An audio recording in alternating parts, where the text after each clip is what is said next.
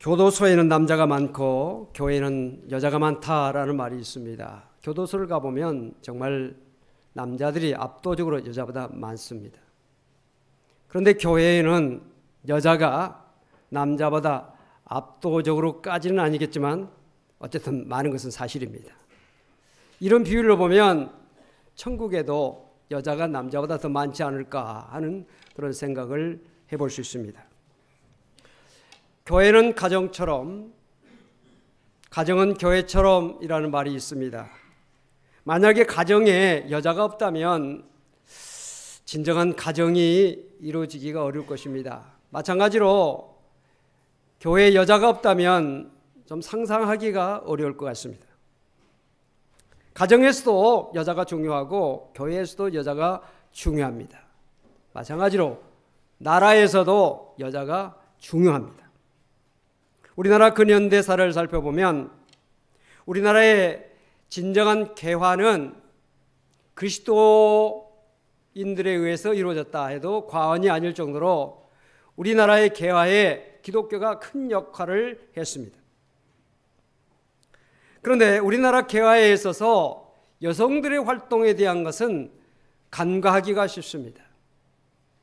조선의 첫 선교사로 왔던 장로교의 언더우드 목사, 감리교의 아펜셀러, 스크랜턴 선교사, 이 세 분이 어떻게 하면 조선에 복음을 잘 전할 수 있을까 생각하는 가운데 이미 예수를 믿고 있었던 박영효와 이수정을 만납니다. 이 박영효와 이수정은 일본의 수신사로 갔다가 그곳에서 일본인 목사 야스가와라고 하는 목사를 만나서 복음을 듣고 세례를 받아 예수를 믿는 사람이 됐습니다. 그래서 선교사들이 이 땅에 복음을 전하기 위해서 생각하다가 먼저 예수를 믿는 이 두 사람을 만났습니다. 이 두 사람은 수신사로 일본의 나라를 대표해서 갈 정도 되면 지식인들이요, 사회적으로도 지위가 있는 사람들이요, 더군다나 예수를 믿는, 이미 예수를 믿는 사람들이기 때문에 선교사들이 그를 만났는데, 그때 그 박영효가 선교사에게 이런 말을 합니다. 선교사들이 한국에 와서 해야 될 일이 참 많습니다. 복음도 전해야 되지만 교육을 많이 해주셔야 됩니다 라는 말을 했습니다. 그래서 우리 백성들을 좀 향상시켜줬으면 좋겠다라고 하는 요청을 했습니다. 선교사들은 그 말을 듣고 참고해서 복음을 전하면서 이 땅에 많은 학교들을 세웠습니다. 이화학당이나 배제학당이나 정신학교나 경신학교 등등 많은 학교를 세워서 그곳에서 많은 학생들을 가르쳤습니다. 그 학교의 졸업생들 가운데 이 나라의 훌륭한 지도자들이 많이 배출됐다. 대통령을 위해서 많은 각계각층의 지도자들을 양성했고 그들이 우리나라의 건국과 우리나라의 개화와 우리나라의 발전에 큰 역할을 했다고 하는 것을 우리는 알고 있습니다. 기독교는 이와 같이 국가에 있어서 매우 중요한 역할을 해왔다는 자랑스러운 이런 역사가 있어요. 당시 한국에 들어온 기독교가 사회에 끼친 영향 가운데 큰 것 가운데 하나가 여성들의 권리 회복입니다. 당시 남존여비의 그런 사상이 아주 뿌리 깊게 이 사회에 지배적이었습니다. 여자들은 비천하다, 남자들은 존귀하다고 하는 그런 사상이 아주 뿌리 깊게 이 사회에 자리 잡고 있었는데, 그때 선교사들 또한 기독교인들이 하나님의 말씀을 가지고 하나님은 남자와 여자를 똑같이 창조하셨고 평등하게 하나님께서 그들을 대하신다, 성경 말씀을 기준으로 해서 남녀가 평등하다는 사실을 많은 사람들에게 가르쳤습니다. 이 학당의 제2대 학당장이었던 로드 와일러라고 하는 여사는 여성 사회 풍습의 변화를 이와 같이 말했습니다. 부모와 아이들이 함께 가정 예배 때 무릎을 꿇고 식사 기도를 하며 회중 가운데 남자와 부인들을 가르는 종이벽이 있기는 하지만 함께 거룩한 예배로 참석하는 것을 보기는 참으로 좋다. 기독교는 개혁들이 미칠 수 없는 어떤 풍습들을 깨뜨리고 있다. 예를 들면 부인들이 남자들 앞에 보인다든가 보다 나은 계층의 부인들이 낮에 거리에 나서는 것 같은 것이다. 전에는 어두워진 후에야 밖에 나왔던 부인들이 최근에야 주일 아침에 예배에 참석하기 시작했다. 그들은 믿지 않은 자들의 눈에 평민 여인들과 같이 자신들을 낮춰보도록 하고 있는 것이다. 여성들의 그 사회생활에 참 놀라운 변화를 기독교가 가져왔다는 것을 알게 합니다. 이런 개혁 정신 아래서 여자들의 적극적인 활동도 있었습니다. 조선 말에 성경을 팔면서 복음을 전했던 사람도 있었는데 그들을 권서인이라 그렇게 표현합니다. 그런데 이 권서인들 가운데는 여자 권서인들도 있었습니다. 그들은 무보수로 성경을 보급하며 복음을 전파했습니다. 여성 권서들 가운데는 아이들을 집에 놓아둔 채 때로는 다른 지방에까지 가서 며칠씩 출장 전도를 했습니다. 그들은 남자들이 들어갈 수 없는 안방에까지 파고 들어가서 그들과 함께 바느질을 하고 그들과 함께 대화를 하며 집안일을 돌보며 성경을 가르치고 복음을 전했습니다. 당시 여인들은 글을 모르는 사람들이 많았기 때문에 여자 권사들은 하루 종일 그들에게 성경을 읽어주고 저녁에는 한글을 가르쳤습니다. 서울에서 활동하던 한 여자 권서는 150명에게 글을 가르쳤고 110명에게 성경을 읽어주었고 13,066권의 성경을 판매했다고 합니다. 홀로 살고 있던 한 여인은 주막에서 일하며 막걸리와 담배로 세월을 지내고 있었습니다. 한많은 인생을 살고 있다가 권서 부인이 전하는 복음을 듣고 거듭나서 모은 재산을 들여서 성경과 찬송가를 사서 나눠주기 시작했습니다. 그녀는 당시 나이 65세의 고령임에도 불구하고 70세까지 이상까지 여름 장마와 겨울의 폭설을 견디고 산간지대를 다니면서 3,000명에게 설교하고 1,750권의 성경을 판매하고 평화의 어머니라고 하는 별명까지 얻게 됐습니다. 이와 같이 기독교인들 가운데 여자 권서인들의 활동으로 대한민국의 개화가 빨라졌고 복음이 전국에 전파되는 큰 역할을 했습니다.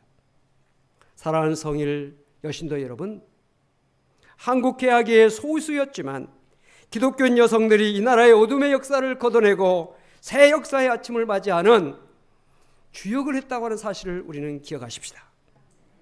오늘날도 마찬가지입니다. 하나님께서 이 시대 속에서 여러분을 택하신 그 이유가 어디 있겠습니까? 여러분의 가정을 살리고 여러분들의 자녀를 살리고 여러분의 남편을 살리고 교회를 살리고 이 나라를 복되게 하기 위해서 여러분들을 택하신 줄로 믿으시기를 바랍니다.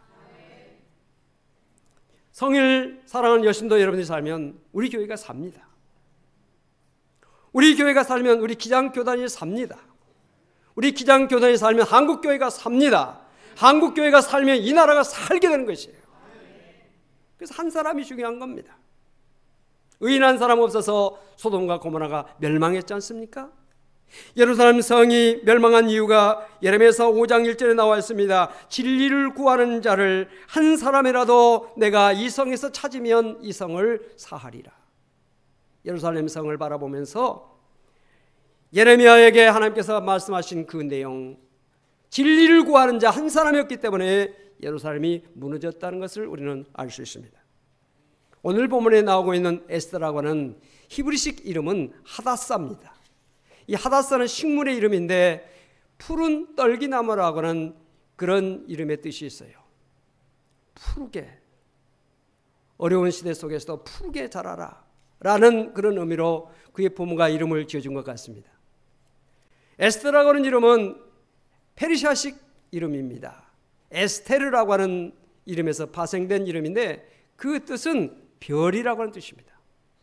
어두운 밤하늘을 아름답게 수놓는 별처럼 에스더는 나라가 망하여 페르시아의 포로로 잡혀와 소망 없이 어둠 가운데 살아가던 암울한 시대에 백성들에게 큰 구원의 빛을 비춘 여인이 되었습니다. 그녀의 삶이 얼마나 아름답고 고귀하기에 후대의 기감이 되어서 그녀의 이름이 성경 66권 가운데 자랑스럽게 그 이름이 성경 이름으로 기록되는 영광을 얻게 됐습니다. 우리가 성경을 읽어보면 성경은 남성 위주로 쓰여졌다는 것을 우리가 압니다. 하나님도 남성으로 표시가 되어 있고요. 그리고 출애굽할 때에 많은 이스라엘 백성들이 이스라엘에서 나왔는데 그들의 숫자를 셀 때 20세 이상의 남자만 숫자를 헤아렸어요.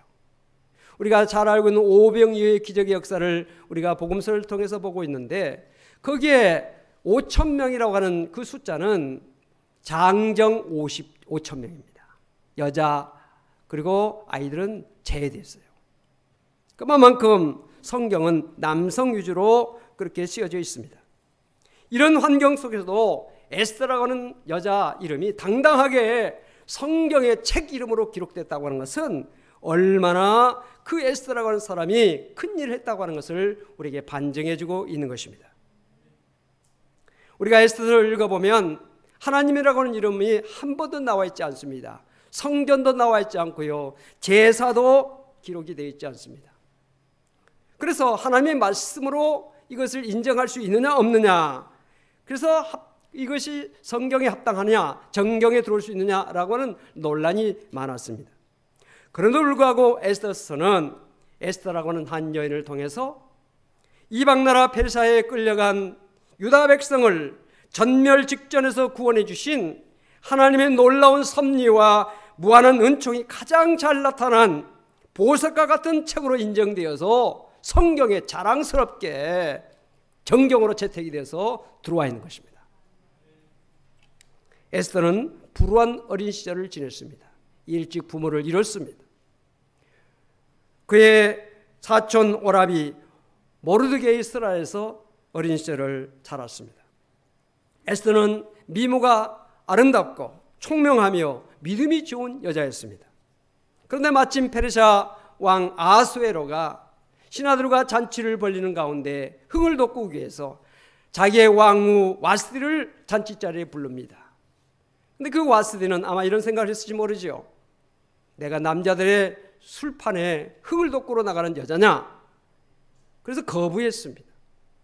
이건 왕이 불렀는데 오지 않으니까 이건 왕의 명령을 거부한, 신하들 앞에서 자기의 위신을 깎은 그런 여자다. 그래가지고 그 왕후를 폐위시킵니다. 그리고 전국에 방을 내려서 아리따운 처녀들을 궁궐로 불러들입니다. 그 가운데에서 한 여자를 간택하려고 한 것이겠죠. 수많은 여자들 가운데 에스더도 섞여서 그 가운데 있었습니다. 가문 좋고 인물 좋고 여러 가지 좋은 여자들이 많이 있었겠지만 그 왕의 눈에 에스더가 눈에 띄어서 에스더를 왕으로 삼습니다. 그런데 이 아수에로의 신하 가운데 한 교만한 사람이 있었는데 왕 다음 가는 그런 지위를 가지고 있는 하만이라고 하는 사람이 있었습니다. 근데 하만이 궁궐에 드나들 때 모든 사람들이 그의 앞에서 머리를 조아리면서 인사를 하는데 한 사람이 인사를 하지 않고 있는 것을 보았습니다. 저 사람이 도대체 왜 나에게 인사를 하지 않는가? 괘씸하다. 알아봤습니다. 그랬더니 모르드게라고 하는 사람이고 그 사람이 어떤 사람이냐 했더니 유다인이라는 것이죠. 소수의 민족으로서 바벨론에 포로 잡혀와서 정말 밑바닥 생활하고 있는 그 보잘것없는 유다인이 자기에게 인사를 하지 않는다고 하는데 너무나 괘씸하고 화가 나서 저놈을 죽여야 되겠다. 저놈 한 사람으로 부족하니까 저 사람이 속한 동족 전체를 죽여야 되겠다. 이런 계략을 세웁니다. 그래서 왕에게 나와가지고 말합니다. 이 페르시아 내에 왕의 명령을 듣지 않는 민족이 흩어져 살고 있는데 그들을 전멸시키신다면 내가 은 1만 달란트 왕에게 드리겠습니다. 거금을 왕의 금국고에 드리겠다고 그렇게 제안합니다. 왕은 당시에 많은 건설 사업이랄지 정책 사업 때문에 돈이 필요했겠죠. 그래서 이 하만의 제안을 받아들이고 자기의 반지를 그에게 줍니다. 하만은 그 반지를 가지고 영을 내려서 아무날 아무시에 날짜를 정해서 그때 유다인을 진멸시키고 그 집에 있는 모든 재산, 모든 물건들을 빼앗아도 좋다. 엄청난 그런 명령을 내립니다. 유다인들은 이런 조처가 내린 것을 알고 너무 두려워하고 너무 당황하고 모두 슬퍼하면서 대성통곡합니다. 그러나 구중궁궐에 있는 에스더는 이것을 알지 못하고 있었습니다. 그때 모르드게가 에스더에게 사람을 보내서 말합니다.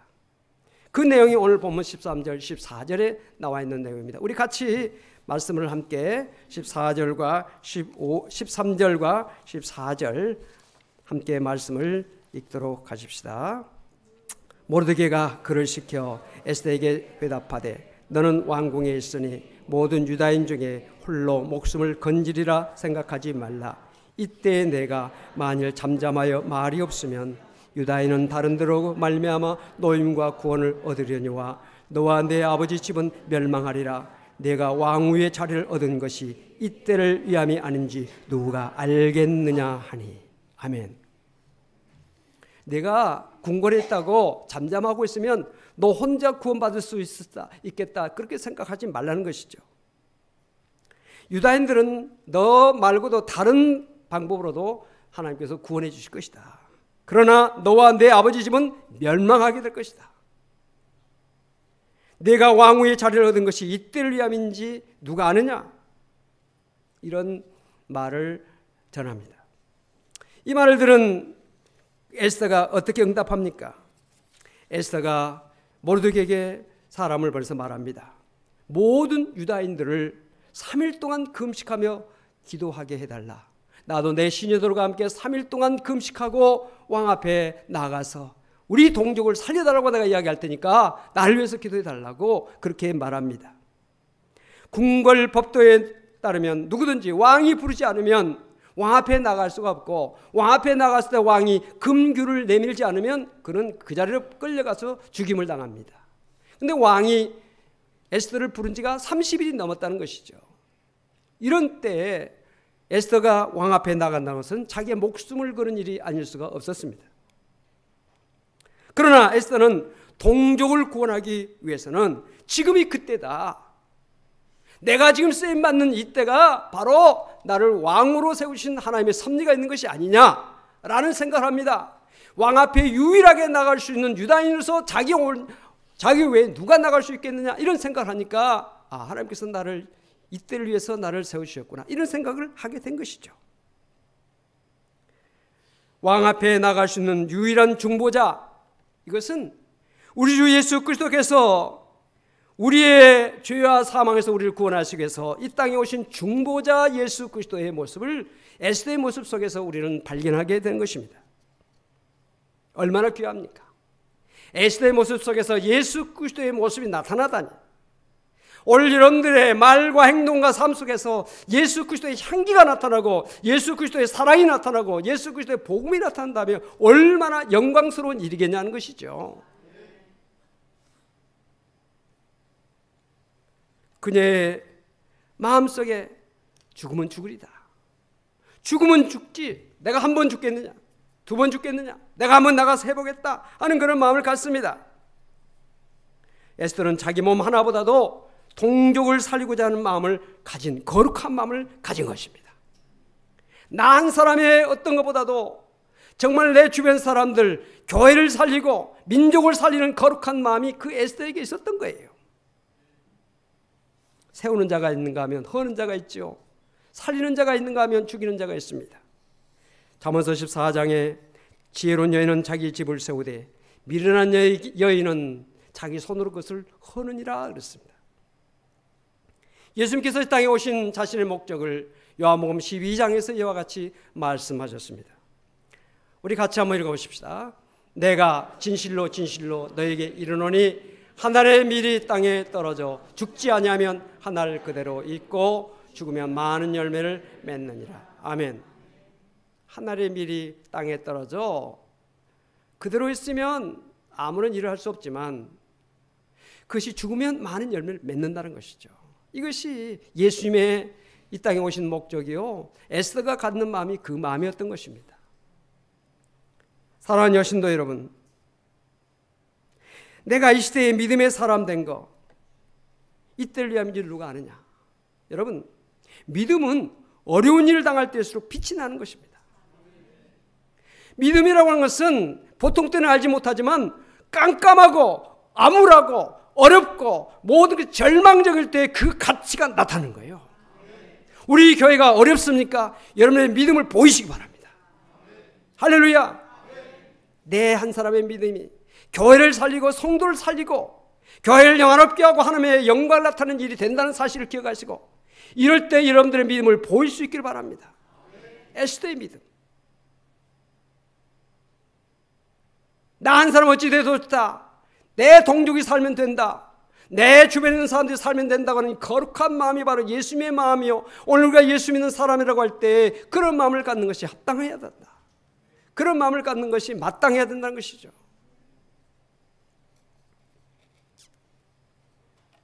에스더의 믿음, 귀한 믿음입니다. 오늘 우리가 여신도의 주일로 지키면서 이 에스더의 믿음은 여자들의 믿음만 아니에요. 남자들의 믿음이기도 한 것입니다. 정말 나 혼자보다도 동족을 살리고 교회를 살리고 하나님 나라를 살리려고 하는 그 마음은 어찌 여자들의 믿음만 되겠어요? 우리 모두의 믿음이 되어야 되는 것입니다. 할렐루야. 오늘 우리가 여신도의 주일로 지키면서 정말 우리가 여성에 대한 성경에 나타난 그 아름다운 하다사, 에스테르, 정말 푸른 떨기나무, 그리고 어두운 아모나 시대를 비추는 그 별과 같은 에스더, 그의 믿음을 우리가 살피면서 이 믿음을 오늘 우리의 믿음이 되기를 원하는 그런 마음을 가지고 여신도의 주일을 우리가 지키면서 여신도의 주일을 통해서 우리 자신이 새로워진다면 여신도의 주일을 지키는 의의가 있다, 그렇게 생각을 하는 것입니다. 오늘 이 말씀이 여러분들에게 함께 하시기를 바랍니다. 기도하십시다. 하나님 감사합니다. 에스더의 믿음을 살폈습니다. 죽으면 죽으리다, 자신보다도 국가를 살리기 위해서, 민족을 살리기 위해서 자신을 내놓는 이 에스더의 아름다운 믿음을, 정말 어려운 시대 속에서 믿음의 빛을 발하는 에스더의 믿음을 말씀을 통해서 살폈습니다. 이 말씀을 통해서 우리 자신의 믿음이 정말 하나님께서 기뻐하신 믿음으로 새로워질 수 있도록 우리 한 사람 한 사람을 성령으로 주장하시고 인도하시고 역사여 주시옵소서. 우리 여신도의 한 사람 한 사람이 정말 가정을 살리고 자녀를 살리고 남편을 세우고 교회를 살리고 이 국가를 살리는 귀한 밑거름의 사명을 감당할 수 있도록 주님 축복하여 주시옵소서. 예수 그리스도로 간절히 기도하옵나이다. 아멘.